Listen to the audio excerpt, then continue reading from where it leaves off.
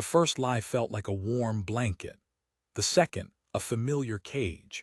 By the third, I was a ghost in my own life, a silent passenger in a vehicle I was supposed to be driving. They tell you ignorance is bliss, but what they don't tell you is that the bliss is a poison, a slow-acting neurotoxin that paralyzes you one comfortable compromise at a time. It starts small. The snooze button becomes a negotiation with your own ambition. The "I'll do it tomorrow" becomes the epitaph of your dreams. And the reflection in the mirror, that reflection becomes a stranger, then an accuser, and finally just an empty space where a man used to be. I lived in that space for years, walled in by illusions I had mistaken for shelter. But tonight the walls are coming down, because someone handed me a hammer, a brutal, jagged piece of truth. He didn't ask if I was ready. He didn't care about the comfort of my cage. He just looked me in the eye and said, "There are three truths that will either shatter your reality or set you free. The choice is yours, but either way the glass breaks." And the first crack just appeared. He was a man who looked as though he'd been carved from old hickory and left in the sun to cure. His name was Marcus, and he ran a dusty, forgotten gym tucked away in an alley that smelled of rain and regret. It wasn't a place of chrome and mirrors. It was a place of iron and echoes, where the only validation you got was the clang of weight hitting the floor and the silent nod from the man who'd seen 1,000 like me walk through his door, full of quiet desperation and loud excuses. I came to him looking for a workout plan. I thought my problem was physical, a lack of muscle, a weakness of the body. He saw through that in less than a minute. He didn't look at my arms. He looked into my eyes, and what he saw there made him sigh, a sound like gravel turning over. "You're not here to build your body," he said, his voice a low rumble. "You're here to exorcise a ghost." He pointed to a heavy bag in the corner, scarred and taped, a veteran of countless unseen wars. "That's your ghost. That's every excuse, every lie, every time you chose comfort over courage. Go on. Introduce yourself." I thought it was ridiculous, some kind of Zen master nonsense. But there was a command in his voice that left no room for argument. So I walked over, my hands feeling soft and useless. I tapped the bag. It barely moved. He laughed, but there was no humor in it. "That's how you greet the thing that's killing you, with a polite knock. You think it's going to just open the door and let you out." He walked over, his presence filling the space, and he drew a crude, angry face on the bag with a piece of chalk. "This is him, the man you let win every single day. The one who whispers that you're not good enough, that it's too hard, that you should just rest. Now, I want you to hit him until he stops talking." That day I didn't learn about lifting. I learned about rage. A rage I didn't even know I had, buried under layers of politeness and apathy. It was the rage of the passenger who finally realizes he's been locked in the trunk. And as my knuckles bled and my lungs burned, Marcus stood there, unmoved. He didn't offer encouragement. He didn't offer pity. He just watched, his eyes dissecting every ounce of my manufactured reality. When I finally collapsed, gasping against the bag, he nudged me with his boot. "That's a start," he said. "Now for the first truth." He didn't deliver it with sympathy. He delivered it like a surgeon making the first necessary cut. "Truth number one," he stated, his voice as unforgiving as the concrete floor. "Your comfort is a cage. You think it's your friend, your safe harbor. You think it's protecting you from the storm. But you've been in the harbor so long you've forgotten that ships aren't built for harbors. They're built for the ocean. They're built for the storm." He saw the confusion, the flicker of defiance in my eyes. I wanted to argue. I wanted to tell him about my long hours at a soul-crushing job, the endless responsibilities, the sheer exhaustion that made comfort not a luxury but a necessity. He cut me off before I could form the first weak syllable. "You're tired. Of course, you're tired. You're carrying the weight of a life you were never meant to live. You've been trading your potential for a paycheck and your soul for a soft couch.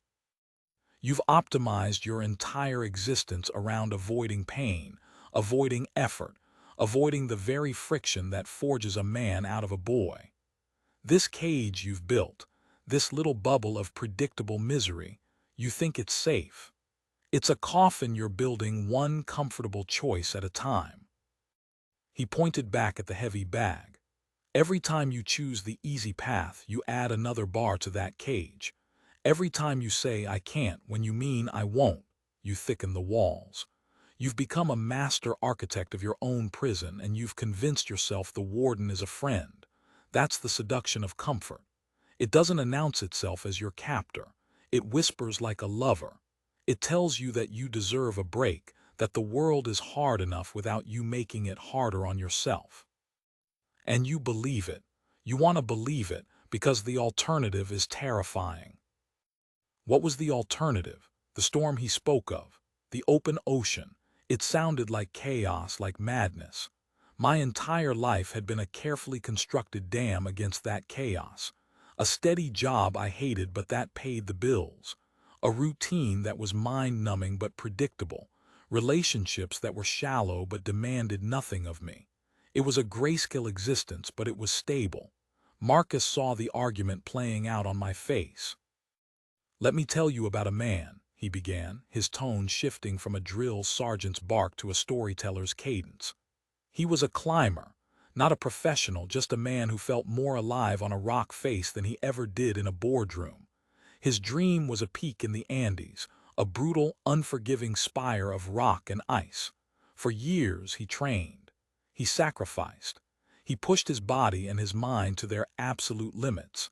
His world was one of controlled discomfort.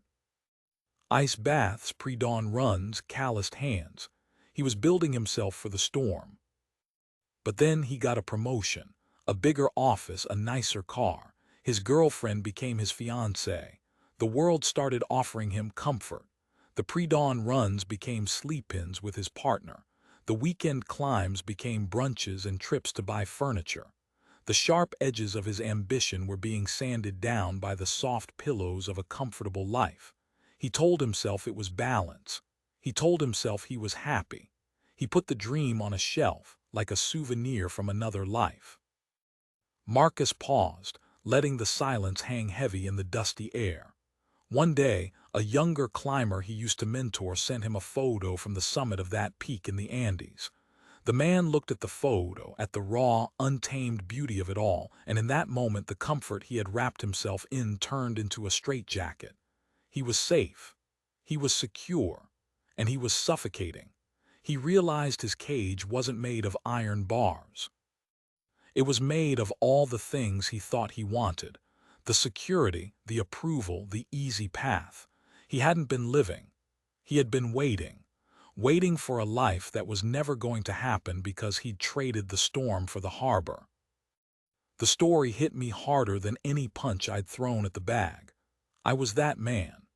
My Andes was a half-finished novel sitting on my hard drive, a business idea sketched on a napkin and buried in a drawer, a conversation with my father that I'd been avoiding for a decade. My cage was my salary, my predictable evenings, my fear of what people would think if I failed. "So what do?" I asked, my voice hoarse. "How do you break out when the cage is so comfortable?" Marcus picked up a sledgehammer that was leaning against the wall. He handed it to me. It was heavier than I expected. "You stop seeing it as comfort," he said, his voice dropping to a low, intense whisper. "You start seeing it for what it is, a threat, an enemy, a poison. You have to learn to hate the easy path. You have to develop an allergy to mediocrity. You have to start choosing the storm, not because you're a masochist, but because you understand that the storm is where you grow. The harbor is where you rust." He then laid out the practical application, the first swing of the hammer. "Tonight," he commanded, "you're going to go home and you're going to do the one thing you've been putting off because it's hard. The thing that makes you uncomfortable just thinking about it. Maybe it's that difficult conversation. Maybe it's opening that novel and writing one single, terrible page. Maybe it's throwing out all the junk food in your apartment. I don't care what it is. but you're going to choose the friction. You're going to take one step willingly out of the cage and into the storm, and you're going to feel the terror of it. And then you're going to feel the thrill. That's how you begin, not with a grand plan, but with a single, deliberate act of rebellion against your own comfort. Leaving the gym that night, the city lights seemed different, harsher. The usual drone of traffic sounded like a taunt. My comfortable apartment, my sanctuary, now felt like the scene of a crime. The enemy wasn't out there in the dark streets or the competitive world. The enemy was waiting for me on my couch, with my remote control and my excuses. And for the first time in my life, I was ready to go to war with him. I opened my laptop, the glare of the screen illuminating a file that hadn't been touched in 3 years. Chapter 1 Draft Final V2 DocX. My heart hammered against my ribs. The storm was here, and I was about to sail right into it. The week that followed was a series of small, brutal battles. I didn't become a new man overnight. The Ghost, as Marcus called him, was a tenacious opponent. I wrote 1 page and it was garbage. The Ghost whispered, "See, you've lost it, just go back to what you're good at, go back to being invisible." I had the conversation with my father and it was awkward and unresolved. The Ghost sneered, "What did you expect? You can't fix years of silence with a 5-minute phone call. You just made it worse." Every act of rebellion against comfort was met with a tidal wave of internal resistance. The cage was comfortable for a reason. Its bars were greased with self-doubt. When I returned to the gym, I felt more like a failure than a warrior. I had taken a swing with the sledgehammer, but the walls hadn't crumbled. They had barely even cracked. I told Marcus as much. I told him about the terrible writing, the failed conversation, the overwhelming urge to retreat back to the familiar. He was wrapping his hands, a ritual he performed with a monk-like focus. He didn't even look at me. And, did you expect a victory parade? You declared war on a dictator who has ruled your mind for your entire life. Did you think he would just abdicate his throne? He finished wrapping his hands and turned to face me, his gaze unyielding. This brings us to the second truth, and this one is the one that makes most men quit. It's the reason the world is full of ghosts in comfortable cages. Yes. He took a deep breath as if the words themselves had weight. Truth number 2, your feelings are lying to you. They are terrible masters. They are fickle, irrational, and have no interest in your long-term growth. They are nothing more than weather patterns passing through your mind, and you have been letting the weather dictate your entire life. You wait to feel motivated to work. You wait to feel confident to speak. You wait to feel ready to take a risk. You are waiting for a sunny day to set sail, while your ship rots in the harbor. This one stung more than the first. My feelings were my compass. They were what made me. Me, how could they be lying? What are you supposed to rely on then? I asked, the frustration evident in my voice. If not your feelings, what guides you? Discipline, he said, the word cutting through the air. Commitment, a promise you make to your future self, a promise that you will honor regardless of the weather. Motivation is a cheap drug that wears off. Discipline is the bedrock. It's the engine, not the wind. The weak man is a slave to his emotional state. He only works when he's inspired. He only speaks the truth when it feels safe. He only pushes himself when he feels powerful. The strong man, the dangerous man, builds his actions on a foundation of discipline. He acts despite his feelings. He does the work when he is bored, tired, and terrified. He knows that his feelings are just noise, and the signal is the commitment he made. He walked me over to a squat rack. He loaded it with a weight that was far beyond what I thought I could handle. Your feelings are telling you this is impossible.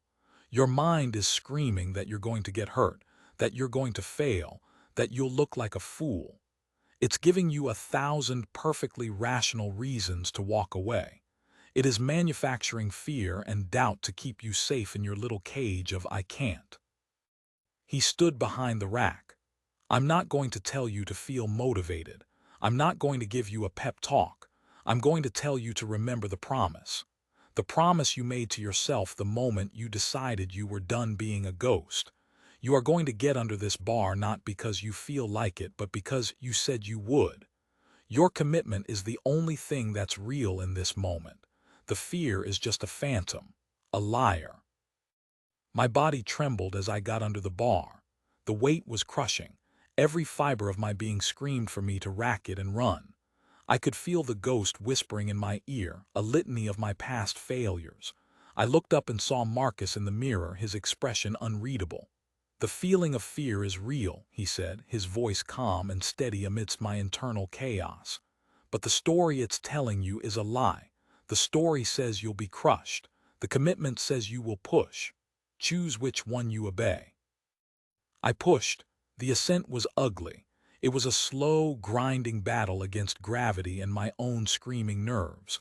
I thought I was going to fail a dozen times on the way up, but I didn't. I locked out my knees, stood up straight, and for a moment I felt the weight become a part of me. The feeling wasn't triumph. It was something quieter, something deeper. It was the feeling of truth. When I racked the weight, my legs were shaking, but my mind was clear. The fear was gone, replaced by a profound sense of calm. "Feelings follow action," Marcus said, as if reading my mind. "They don't precede it. You want to feel confident, do difficult things. You want to feel motivated, start the work. You want to feel proud, keep the promises you make to yourself. You've been living your life backward, waiting for the feeling to generate the action. It's a trap. The action must come first. The discipline must be the cause, not the effect." He then told me another story. It was about a writer, a man who had to produce a novel to save his family from financial ruin.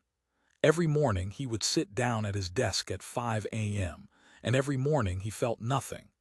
No inspiration, no muse, no creative spark. He felt only the crushing weight of his deadline and the terror of the blank page. The ghost in his mind told him he was a fraud, that he had no talent left, that he should give up. For the first hour every single day he would write pure, unadulterated garbage, Marcus said.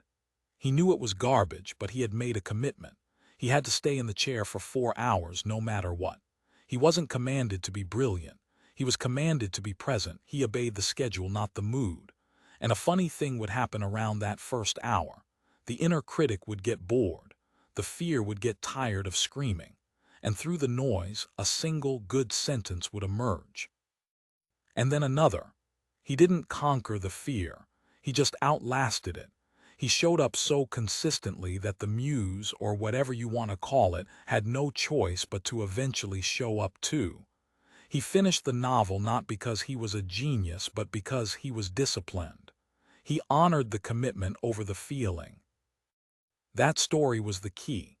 I had been treating my writing, my life, like a delicate artistic pursuit, waiting for the perfect emotional conditions. I was waiting for inspiration. Marcus taught me to treat it like a job, like a craft. You show up. You put in the hours. You do the work, especially when you don't feel like it. Because that's when it counts the most. That is the moment you're choosing the man you want to be over the man you currently feel like. The application of this second truth was less about a single act and more about building a system that didn't rely on my mood. I set a time to wake up, not a range, a time, 5 a.m. no negotiation. I set a time to write, 5:30 a.m. to 7 a.m. every day. It didn't matter if I was tired. It didn't matter if I was uninspired. It didn't matter if the words were trash. I had to sit in the chair. My feelings were no longer the boss. They were just a passenger, and a noisy, annoying one at that. They could complain all they wanted, but they didn't get to touch the steering wheel. The first few weeks were hell. My body ached for more sleep. My mind screamed for the comfort of the snooze button. The writing was forced and lifeless. The ghost was having a field day, laughing at my pathetic attempts, but I didn't stop. I held on to Marcus's words. Feelings follow action. I was in the grinder, being reshaped not by a single dramatic moment, but by the relentless, unglamorous pressure of daily discipline.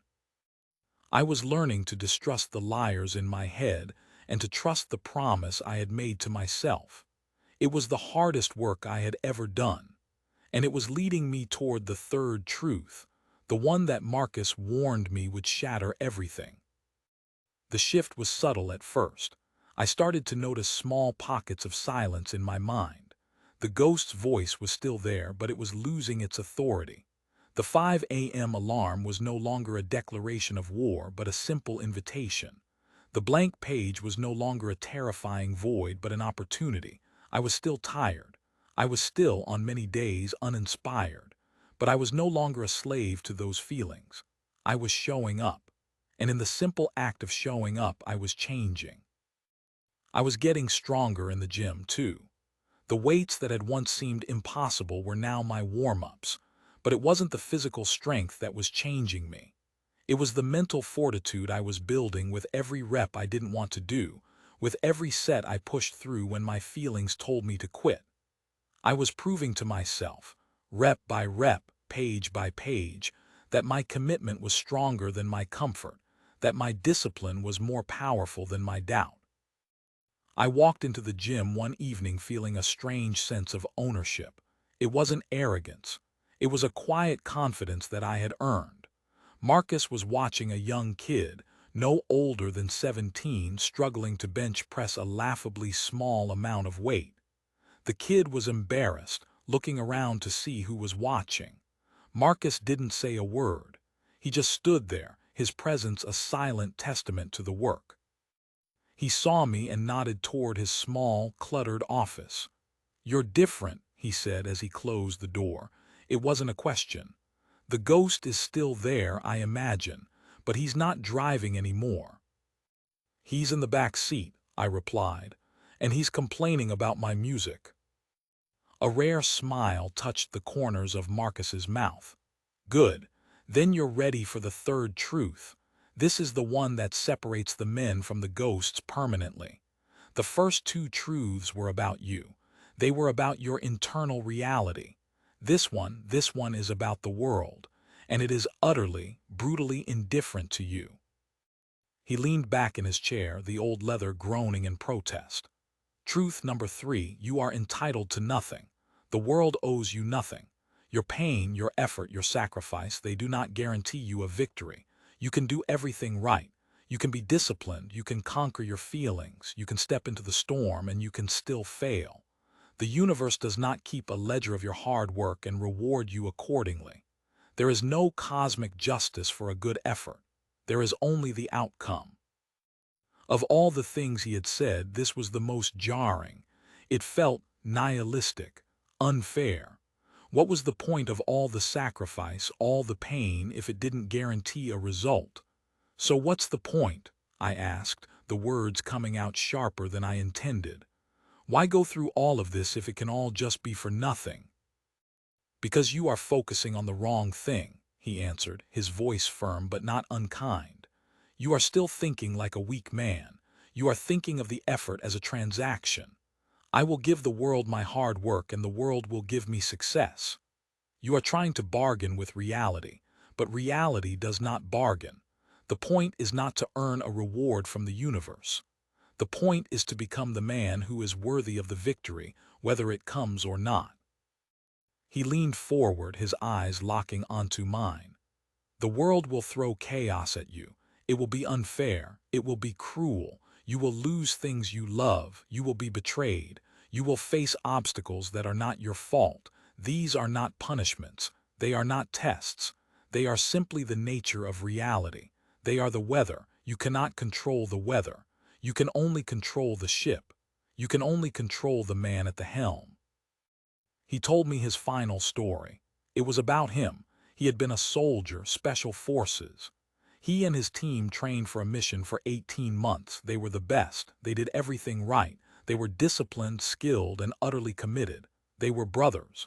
The mission was a catastrophic failure, not because of a mistake they made, but because of a freak sandstorm and bad intelligence. They were ambushed. He lost 3 of his men, his brothers. "I did everything right," he said, and for the first time I heard a flicker of the old pain in his voice. "We all did. We sacrificed, we bled, we were the best, and we failed. The outcome was loss. For years that shattered me. I thought the universe had cheated me. I was entitled to a victory, to bringing my men home. I had paid the price, hadn't I? But the universe doesn't care about the price you paid. It only cares about the result. He took a slow breath. It took me a long time to understand. The mission failed, but the man did not. The man who went on that mission, the man who was forged in that training, the man who honored his commitment to his brothers until the very end, that man was a success. The outcome was out of my control, but my actions, my character, my honor, those were mine. The world can take the victory from you, but it cannot take the man you became in the pursuit of that victory, unless you let it. Suddenly it all clicked into place. The three truths were not separate lessons. They were a single, powerful philosophy. Truth 1: your comfort is a cage. You must be willing to step into the storm. Truth 2: your feelings are liars. You must be guided by discipline, not by mood. Truth 3: you are entitled to nothing. You must focus on becoming the man, not on guaranteeing the outcome. It was stoicism, forged in iron instead of marble. It wasn't about being emotionless. It was about not letting your emotions dictate your actions. It wasn't about nihilism. It was about finding your power in the only thing you truly controlled: your own choices, your own character. I had come to Marcus for a workout plan. He had given me a blueprint for a soul. The application of this third truth was the most profound. It was about detachment from the result. I went back to my novel. I kept my discipline. I sat in the chair every morning from 5:30 to 7:00. But my mindset had shifted. I was no longer writing to get published. I was no longer writing for fame or validation. I was writing to become the kind of man who could finish a novel. I was writing to honor the commitment I had made to myself. Whether the world ever read it, whether it was a bestseller or a forgotten file on a hard drive, was irrelevant. The victory was in the act itself. The victory was in becoming the author, not in the book deal. This detachment was true freedom. The fear of failure, the ghost that had haunted me for so long, lost its power. How can you fear failure when you are no longer attached to the outcome? The fear of rejection, the fear of what others would think, it all dissolved. My focus was singular: to do the work, to be the man. Months passed. I finished the novel. I sent it out to a few agents. I got a few rejections. The old me would have been crushed. The old me would have seen it as proof of his inadequacy. But the man Marcus had helped me build simply saw the rejections for what they were: an outcome, not a judgment, not an indictment of my worth, just an event in the world. So I started the next novel, because the work was the point. The discipline was the reward. One day I got an email. An agent wanted to talk. A week later I had a publisher. It was a surreal moment. But the strange thing was, the feeling wasn't the explosive, life-changing validation I had always imagined. It was a quiet, profound satisfaction. It was the satisfaction of a shipbuilder seeing his vessel finally meet the ocean. The journey was the victory. This was just the destination. I went back to the gym to tell Marcus. He was standing in the same spot, watching another young man, another ghost, introduce himself to the heavy bag. I told him the news. He just nodded, a flicker of something that might have been pride in his eyes. "Good," he said simply. "The outcome was in your favor." He handed me the sledgehammer he had given me on that first day. "Don't ever forget why you started. It was never about the book. It was about killing the ghost."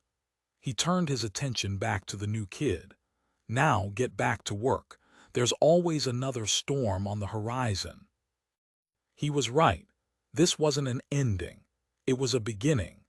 The cage was gone, not because I had found some magic key, but because I had systematically dismantled it, bar by painful bar. The lies I had lived by, the comfortable illusions, had been shattered by three simple, brutal truths. Your comfort is a cage designed to keep you small.